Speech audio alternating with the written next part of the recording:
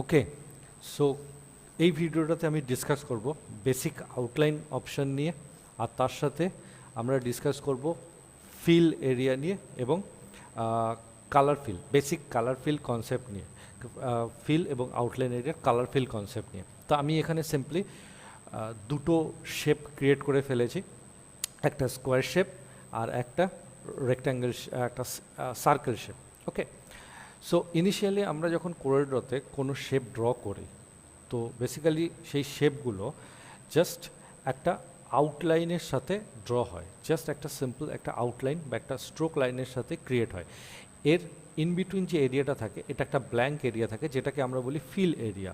ওকে, একটা আউটলাইন এরিয়ার মাঝখানে যে এরিয়া থাকে সেটা হচ্ছে ফিল এরিয়া। তো ফিল এরিয়াটা ব্ল্যাঙ্ক বা খালি থাকে, এর মধ্যে কোনো কালার ফিল থাকে না।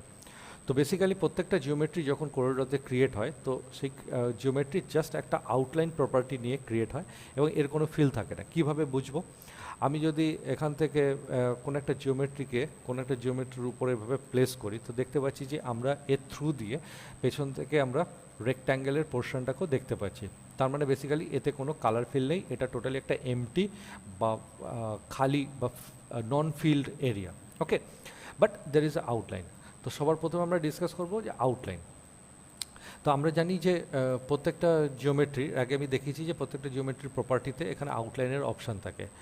সো এখান থেকে আমরা যে কোনো আউটলাইন চেঞ্জ করতে পারি। তো যেরকম আমরা যদি এটাকে 2 পয়েন্ট করে দিই, তো এটা একটু থিক হলো, আমি চাইলে এটাকে আর একটু বাড়িয়ে দিতে পারি, মেবি 12 পয়েন্ট, বা যদি আমার আরও মোটা আউটলাইন চাই তো 36 point and so on so fourth. আমি 36-এর পর যদি আমার আরও দরকার হয় তো ম্যানুয়ালি আমি টাইপ করেও দিতে পারি। যেরকম আমার যদি 60 পয়েন্ট দরকার হয় তো আমি এখানে 60 পয়েন্ট টাইপ করেও দিতে পারি। ওকে, ইটস নট আ ইস্যু। তো সিম্পল।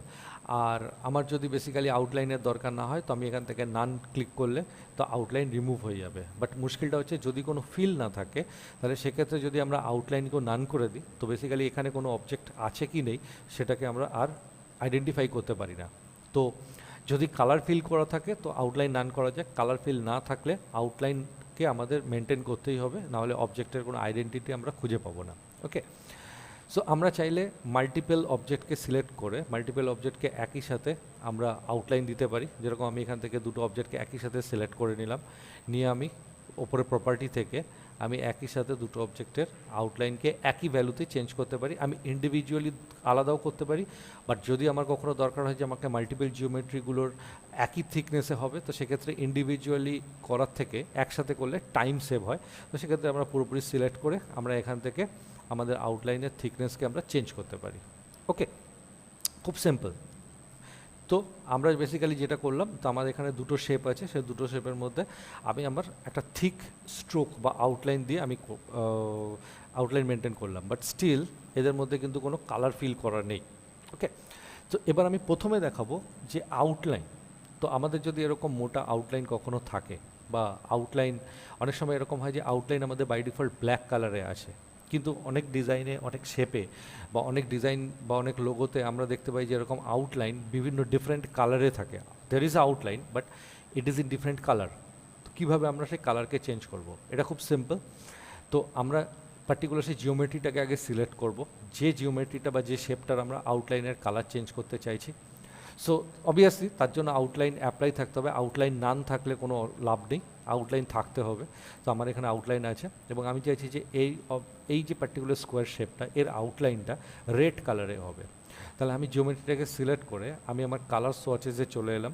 কালার সোয়াচেসের মধ্যে যে রেড কালারটা আছে, তো সেই রেড কালারটার উপরে যদি আমি জাস্ট রাইট ক্লিক করে দিই, জাস্ট রাইট ক্লিক, আমি আবারও বলছি, রেড কালারটার উপরে বা যে কালারটা আমি অ্যাপ্লাই করতে চাইছি সেই কালার সোয়াচেসটার উপরে এসে আমার মাউসের রাইট ক্লিকটাকে অ্যাপ্লাই করতে, জাস্ট আমি রাইট ক্লিক করলে ও ওই সিলেক্টেড অবজেক্টের আউটলাইনে কালার ফিল করে দেবে। আমি যখন এটাকে সিলেক্ট করলাম, এটাকে সিলেক্ট করে নিয়ে আমি এটাতে একটা স্কাই কালার বা একটা সিম্পল ব্লু কালার অ্যাপ্লাই করছি, তো right click over the blue colour, তাহলে আমার আউটলাইন কালার ফিল হয়ে গেল, বাট স্টিল আমি এখনও ফিলে কিছু করিনি। তো নেক্সট আমি যদি আমার ফিল এরিয়াতে কালার দিতে চাই, তো ফিল এরিয়াতে কালার দিতে চাইলে যেটা আমাকে করতে হবে, আমাকে অবজেক্টকে সিলেক্ট করতে হবে। আমি অ্যাট এ টাইমে মাল্টিপল অবজেক্টও ফিল করতে পারি, সেক্ষেত্রে আমাকে সমস্ত অবজেক্টগুলোকে সিলেক্ট করে নিতে হবে এবং একই সাথে আমি যে কালারে ক্লিক করব সেই কালারটাই সমস্ত সিলেক্টেড অবজেক্টে ফিল হবে। আমি ইন্ডিভিজুয়ালি দেখাচ্ছি। আমি এটাকে সিলেক্ট করলাম, এবারে আমি যে কালারটাকে ফিল করব, maybe I want to fill with yellow colour, তাহলে এক্ষেত্রে আমি ফিল এরিয়াতে কালার দেবো, আউটলাইনে নয়। তাহলে সিলেক্ট করে আমি ফিল সোয়াচেসে এসে পার্টিকুলার ওই কালারটার উপরে জাস্ট নর্মালি লেফট ক্লিক করব। রাইট ক্লিক করলে আউটলাইনে কালার ফিল হয়, আর লেফট ক্লিক করলে ওর ফিল এরিয়াতে কালার ফিল হয়। সি, আমি জাস্ট লেফট ক্লিক করবো, এটার ফিল এরিয়াতে কালার ফিল হবে। যেরকম এটার মধ্যে আমি চাইছি একটা পার্পল কালার ফিল করতে, তো আমি এখানে একটা পার্পল কালারে ক্লিক করলাম, so it's fill with the purple colour. Okay, তো খুব সহজেই আমরা এভাবে আমাদের কালার ফিল এরিয়াতে কালার ফিল করতে পারি। তাহলে আরেকবার বলছি, আউটলাইনের কালার চেঞ্জ করতে হলে সোয়াচেসে এসে আমাদের কালারের উপরে রাইট ক্লিক করতে হয়, আর ফিল এরিয়াতে কালার ফিল করতে গেলে সোয়াচেসে এসে আমাদের লেফট ক্লিক করতে হয়। অবভিয়াসলি তার জন্য আমাকে অবজেক্টকে সিলেক্ট করে রাখতে হবে।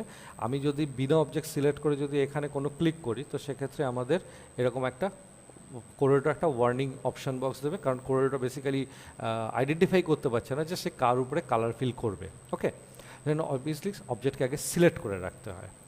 ওকে, নেক্সট আমি যেটা বলবো সেটা হচ্ছে যে অনেক সময় এরকম হয় যে আমাদের কোনো শেপ বা কোনো অবজেক্ট বা কোনো শেপের আমরা আউটলাইন রাখতে চাইছি না, ঠিক আছে? তো শুধু কালার ফিল থাকবে বাট আউটলাইন থাকবে না। এরকম অনেক লোগো বা এরকম অনেক ডিজাইন শেপ আমরা দেখি যেখানে ফিল থাকে বাট কোনো আউটলাইন থাকে না। তো আমরা আউটলাইনকে কী করে রিমুভ করব? দুভাবে করা যায়।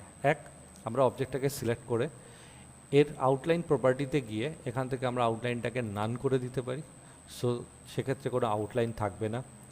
আবার আমরা অবজেক্টটাকে সিলেক্ট করে আমরা আমাদের সোয়াচেসে এসে এখানে যে একদম প্রথমে যে ক্রস আইকনটা থাকে, তো সেখানে যদি আমরা রাইট ক্লিক করি, কারণ রাইট ক্লিকেই আউটলাইনের অপশান থাকে, তো রাইট ক্লিক কালারে রাইট ক্লিক করলে আউটলাইনে কালার ফিল হয়, আর এই নান বাটনটার উপরে ক্রস বা নান বাটনটার উপরে রাইট ক্লিক করলেও ও আউটলাইনকে নান করে দেয়। তো সেক্ষেত্রেও দেখতে পাচ্ছি যে আমরা এর প্রপার্টি থেকে দেখতে পাচ্ছি এখানে অটোমেটিক্যালি ও নানই দেখাচ্ছে। তো এভাবে আমরা এরকম দুভাবে আমরা আউটলাইনকে নান করতে পারি। ওকে, অপশান দুরকম দেওয়া আছে, যে যেরকমভাবে ইউজ করে, এটার কোনো হার্ড অ্যান্ড ফাস্ট রুল তো নেই যে এটাই পার্টিকুলার ইউজ করতে হয়, দুটোই একই কাজই করে। ওকে, সো আবার আমি এটার আউটলাইন অ্যাপ্লাই করলাম, আউটলাইন আন্ডু করে আমি ফিরে আনলাম, just simply control Z undo. এবারে আমি চাইছি যে কোনোভাবে সামহাউ অনেক সময় এরকম হতে পারে যে আমি কোনো অবজেক্টে ফিল করেছি বাট ইন ফিউচার আমি চাইছি না যে সেই অবজেক্টটার ফিল থাকবে, তো আমরা কীভাবে আমাদের ফিল কালারকে সরিয়ে দিতে পারি। যেমন দেখাচ্ছি এটা ফিল হয়ে রয়েছে, আমি যেন নিচের অবজেক্টটা দেখতে পাচ্ছি না, বাট আমি চাইছি এই অবজেক্টটার আউটলাইনটা থাকবে বাট ফিলটা থাকবে না। তো সিম্পল আমরা অবজেক্টটাকে সিলেক্ট করব, আমরা এই নানের উপরে আসব আর সিম্পলি এখানে লেফট ক্লিক করব, তাহলে কী হবে, লেফট ক্লিকে এর ফিল নান হয়ে যাবে। ওকে, তো ইটস ভেরি সিম্পল। তাহলে কালার ফিল করাটা এখানে বেসিক কালার ফিল করাটা খুব সহজ। ওকে, জাস্ট রাইট ক্লিকে আমরা আউটলাইনের কালার ফিল করতে পারি, লেফট ক্লিক করে আমরা ফিল কালার চেঞ্জ করতে পারি, যে কোনো সময় আমরা আউটলাইন বা ফিল কালারকে নানও করে দিতে পারি। ওকে, তো আশা করি আমি বোঝাতে পারলাম যে কিভাবে আমরা Corel Drawতে আউটলাইন অপশানটাকে দিয়ে ডিল করি এবং কিভাবে আমরা আউটলাইন কালার বা ফিল কালারটাকে অ্যাপ্লাই করতে পারি। ওকে, সো এই ভিডিওটা এই অবধি, দেখা হচ্ছে নেক্সট ভিডিওতে কোনো নতুন টপিকের সাথে।